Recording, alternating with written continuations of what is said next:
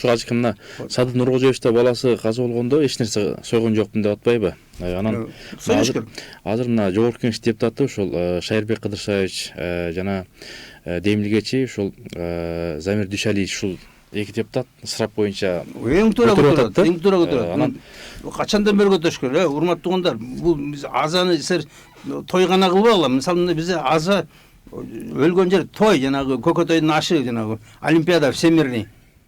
Жана Бокмурун всемирный Олимпиадага берген. Ал эмен Көкөтөйдүн өлгөн. Биз келип алып берден отурубуз эме өлжө келип той кылып. Жанагындай эме берип 100 кой союп көк бөрө кылып машина сай башка кылып. Ошондой бекен бул өлгөндө. Ушундай сүйрөнө турган. Өлгөн деген күйүт, арман, кайгы, капа. Ал жерге бир гана тазияга келет, тазияга ошо келип көңүл айткан келет. Арты кайрылуу болсун эми сабыр кыл деп. Бак келип алып, ушу жылкы семиз бекен, эмне тамак берет экен, аңда отурубуз. Жакшылыкта Өтө мына бул маданиятсыздык. Бул эң жеткен маданиятсыз. Келип ошо өлгөн жерге окат аңдып барыш бул эң чоң маданиятсыз бул. Суроолор келип атат сизге TikTok'та. Жакшылыкта ысырап болбойт, ысырапта жакшылык болбойт дейт. Бул кандай? Туп-туура айтып атат. Ошо жакшылыкта ысырап жок, ысырапта жакшылык жок деген туп-туура айтып атат. Ысырап болбош керек. Мисалы мына мунугу жанагы өлгөн жерде келип жеп кетип атсыңар. Эмнени жеп кетесиңар? Ошол жерде жана жаш балдар калса, жетим жесирлер. Ошолордун оокатын жеп кетесиңар. Ошолордун мүмкүн 1 жылдык, 2 жылдык бюджетин жеп кетесиңар.